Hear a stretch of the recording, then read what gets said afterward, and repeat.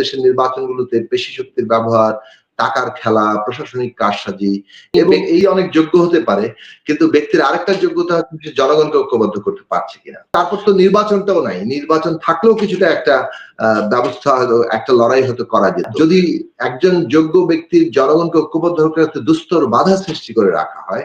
সেটা আমাদের দূর করা দরকার। যখন নির্বাচন করার মতো একটা জায়গাতে আমরা আসলাম, তখন নির্বাচন ব্যাপারটাই উঠে গেল।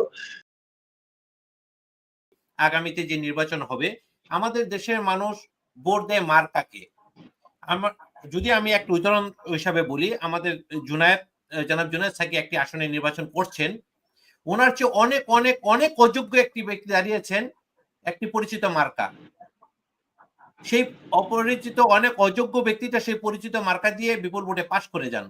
সেই ক্ষেত্রে জনগণকে কিভাবে সচেতন করা যায়? শুধু এইটুকু বলবো যে রাজনীতি এমন একটা প্রক্রিয়া, যেই প্রক্রিয়ায় আপনি ব্যক্তি অনেক যোগ্য হতে পারে, কিন্তু ব্যক্তির আরেকটা যোগ্যতা হচ্ছে জনগণকে ঐক্যবদ্ধ করতে পারছে কিনা।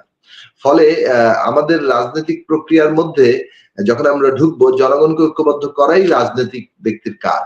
সেটা করতে পারাটাই তার যোগ্যতার একটা গুরুত্বপূর্ণ মাপকাঠি। সেটা করতে ব্যর্থ হলে তার অন্য যে ক্ষেত্রে যে যত যোগ্যতাই থাকুক না কেন, রাজনীতির ক্ষেত্রে তার যোগ্যতার প্রশ্ন তো একটু প্রশ্নবিদ্ধ হবেই। হ্যাভিং সেড দ্যাট, আমি যে কথাটা আবার সাথে যুক্ত করব সেটা হচ্ছে যে যদি একজন যোগ্য ব্যক্তির জনগণকে ঐক্যবদ্ধ করতে দুস্তর বাধা সৃষ্টি করে রাখা হয়, সেটা আমাদের দূর করা দরকার। যেমন আমাদের দেশের নির্বাচনগুলোতে পেশি শক্তির ব্যবহার, টাকার খেলা, প্রশাসনিক কারসাজি এবং এই যে ধরেন দ্বিদলীয় ব্যবস্থার একটা বিপুল আধিপত্য, এগুলোকে ভাঙার কোনো রাস্তা আমরা পদ্ধতিগতভাবে আমাদের এখানে খুবই দুর্বল, মানে নাই বললেই চলে। এবং তারপর তো নির্বাচনটাও নাই, নির্বাচন থাকলেও কিছুটা একটা ব্যবস্থা হয়তো, একটা লড়াই হয়তো করা যেত। ফলে আমরা আমাদের জীবনের ছাত্র আন্দোলন থেকে এখন পর্যন্ত ভালো নির্বাচন মানে ঠিকঠাক মতো দেখে উঠতে পারলাম না। যখন নির্বাচন করার মতো একটা জায়গাতে আমরা আসলাম, তখন নির্বাচন ব্যাপারটাই উঠে গেল।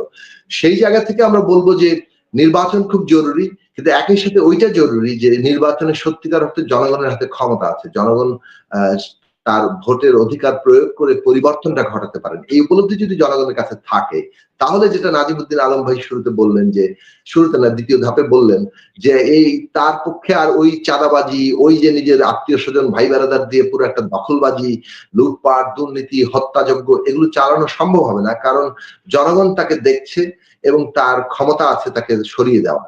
ফলে একটা নির্বাচন ব্যবস্থা একটা প্রতিরোধের জায়গা সৃষ্টি করবে, কিন্তু কেবল নির্বাচন 5 বছর পরে এই প্রতিরোধের জায়গাটা তৈরি করতে পারে না। ফলে নির্বাচনী গণতন্ত্রেও আমরা দেখি যে এই ধরনের আধিপত্যের জায়গাগুলো থাকে, যার ফলে আমরা রাষ্ট্র ব্যবস্থার আরো পরিবর্তন চাইছি, যেখানে সত্যিকার অর্থে ক্ষমতার ভারসাম্য থাকবে, যেখানে একজন 5 বছরের জন্য নির্বাচিত হলেও তাকে জবাবদিহিতা করতে হচ্ছে জনগণের কাছে, পদে পদে জবাবদিহিতা করতে হচ্ছে।